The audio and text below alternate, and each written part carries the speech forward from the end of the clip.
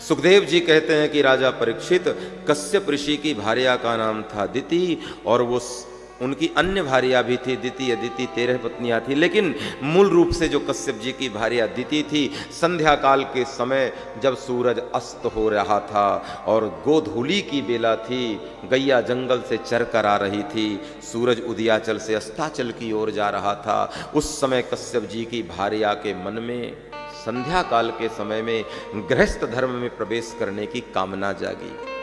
संध्या काल किस लिए होती है? संध्या काल भगवान का भजन करने के लिए होती है। संध्या काल के समय तुलसी में दीप दिखाना चाहिए, तुलसी जी को प्रणाम करना चाहिए। संध्या काल के समय क्रोध नहीं करना चाहिए, कलह नहीं करना चाहिए, लड़ाई नहीं करना चाहिए, और घर में ताला मार के घूमने नहीं निकलना चाहिए। हाँ, संध्या काल के समय घर के द्वार खोल दो। क्यों?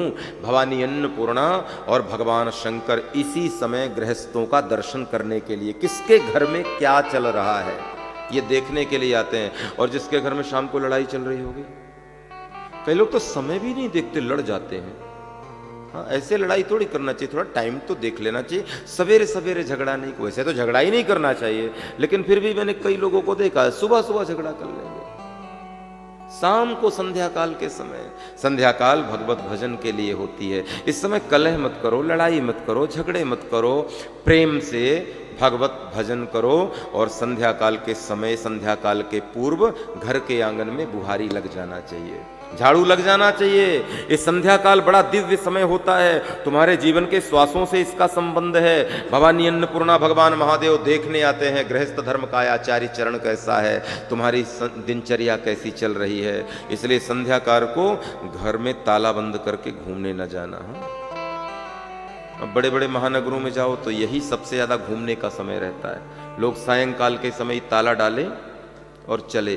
तुलसी जी में दीप भी नहीं है, घर के आंगन में अंधेरा है, और इसी समय भवानी शंकर आएंगे और लौट कर चले जाएंगे। किस घर में तो क्या बैठे, यहाँ तो अंधकार छाया हुआ है। संध्या काल के समय तुलसी जी में दीप जरूर रखना प्यारे। वैसे मुझे पता है आप सब लोग वैष्णव हैं, प्रेमी हैं, भगवान कृष्ण के उपासक हैं, जरूर ये काम घर में अवश्य होता होगा, ये सेवा जरूर तुलसी जी की होती होगी। फिर भी मैं निवेदन करूं, न होता हो तो कथा सुनने के बाद ये संकल्प करना, आंगन में तुलसी का कुंडा होना ही चाहिए, तुलसी का पौधा होना ही चाहिए। जिस घर में तुलसी है और जिस घर में ठाकुर जी हैं और जिस घर में गीता और रामायण है, वो भारत से बाहर भी चला जाए तो उसका भारत उसके साथ में जाता है प्यारे।